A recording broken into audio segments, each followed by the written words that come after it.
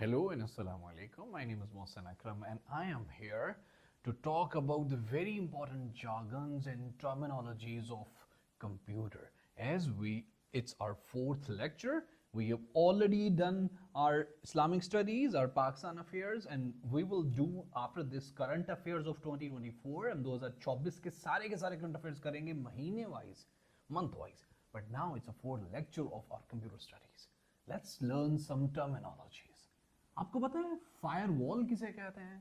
आजकल पाकिस्तान में तो बहुत ज्यादा इसका चर्चा चल रहा है। फायरवॉल होती है to protect a network server, networked server, किसी भी नेटवर्क के सर्वर को प्रोटेक्ट करने के लिए फायरवॉल इंस्टॉल होती है to regulate, monitor and manipulate the database. अपने हिसाब से पूरे के पूरे नेटवर्क को कंट्रोल करने के लिए फायरवॉल इंस्टॉल की जाती है। पाकिस्तानी गवर्नमेंट ने भी करंटली यही तो किया है। इंक्रिप्शन एक कंप्यूटर की लैंग्वेज में बहुत इंपॉर्टेंट टर्मिनोलॉजी है। इंक्रिप्शन, आपको व्हाट्सएप कहता है भैया आपका डेटा इंक्रिप्टेड है। इंक्रिप्शन क्या है अभी हम जानते हैं। द कोडिंग ऑफ और स्क्रैम्बलिंग। अगर आपको स्क्रैम्बल लफ्ज का मतलब नहीं पता तो आपको अलकरम स्कूल ऑफ थॉट खोलना, उनकी प्लेलिस्ट में जाना है, आपको वोकैबुलरी नजर आएगी। वोकैबुलरी की जाके वीडियोस देखेंगे तो आपको समझ आएगी कैसी शानदार हमने वोकैबुलरी कवर करवाई हुई है। वहां पे आपको स्क्रैम्बलिंग भी मिल जाएगा। I am not going to tell you the coding और स्क्रैम्बलिंग ऑफ इंफॉर्मेशन, इंफॉर्मेशन को कोड और स्क्रैम्बल करना सो दैट ताकि it can only be decoded और read by someone who has correct decoding की। ये सिर्फ एक साइड से कोड होती है और दूसरी साइड उसी के पास खुलती है जिसके पास डिकोडिंग दूसरी की होती है, जो कि दूसरा एक्चुअल एंड यूजर होता है। व्हाट्सएप पे यही होता है। You have the end user, you are the end user, so that only you can encrypt the call, so you can listen the call, you can read the messages by the WhatsApp. एक terminology है hyper text, काफी इस्तेमाल होता है। हमने HTML पिछला वो पहले पढ़ा, हमने HTML पढ़ा पहले। हाइपर टेक्स्ट क्या होता है भाई? आपको उधर सवाल आएगा कि हाइपर टेक्स्ट क्या होता है। It is referred to as text that links to other information. कोई ऐसा टेक्स्ट जो कि दूसरी इंफॉर्मेशन से लिंक्ड होता है and apart from the information वो इंटरनेट से भी लिंक्ड होता है, अदर नेटवर्क से भी लिंक्ड होता है। मेमोरी यूनिट्स काफी अहम है ये।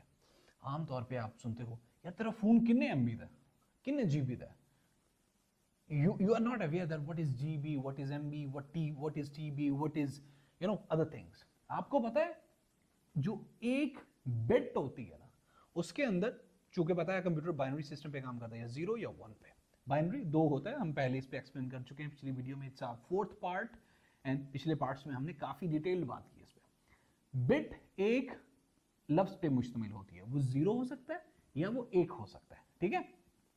एक बिट पे एक लफ्ज होता है।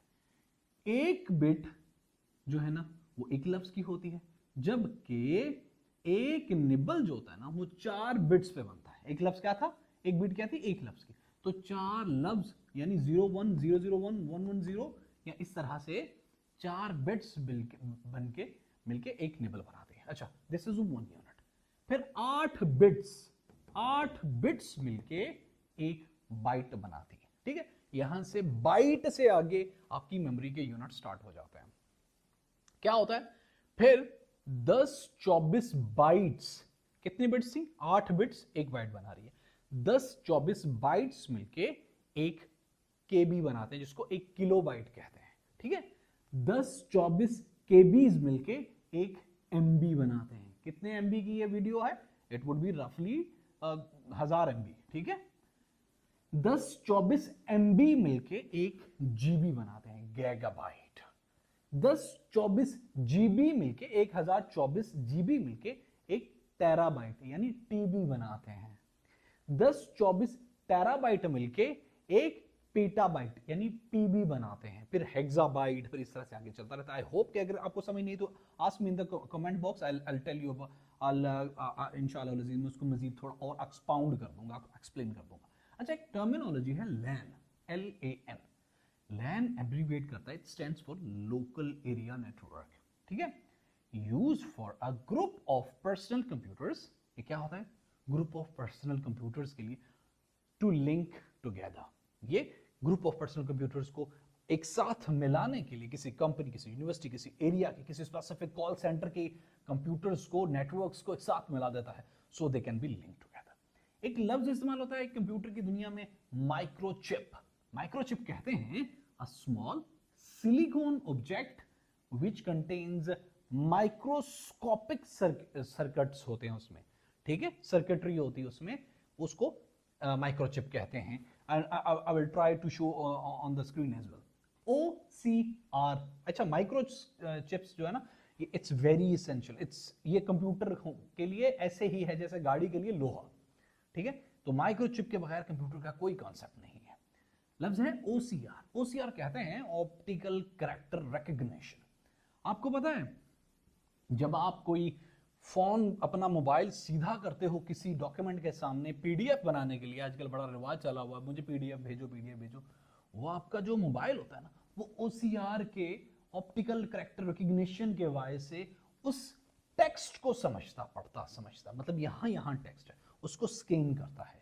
So OCR is to scan the text of printed paper. कोई भी प्रिंटेड पेपर है, उस पे जो टेक्स्ट स्कैन करने के लिए, उसको स्कैन आउट करने के लिए OCR, ऑप्टिकल कैरेक्टर रिकग्निशन, इस्तेमाल होता है। लफ्ज है जी, एक लफ्ज इस्तेमाल होता है पार्टीशन। हाँ भाई, तुम्हारी हार्ड ड्राइव की पार्टीशन है, वो पार्टीशन तुमने कर ली है अपनी, वो सिस्टमैटिक पार्टीशन होती है the sections of hard drive. आप उसको पार्ट कर देते हो, आप उसको सेग्रीगेट कर देते हो, उसको पार्टीशन कहते हैं। एक टर्मिनोलॉजी है पाथ।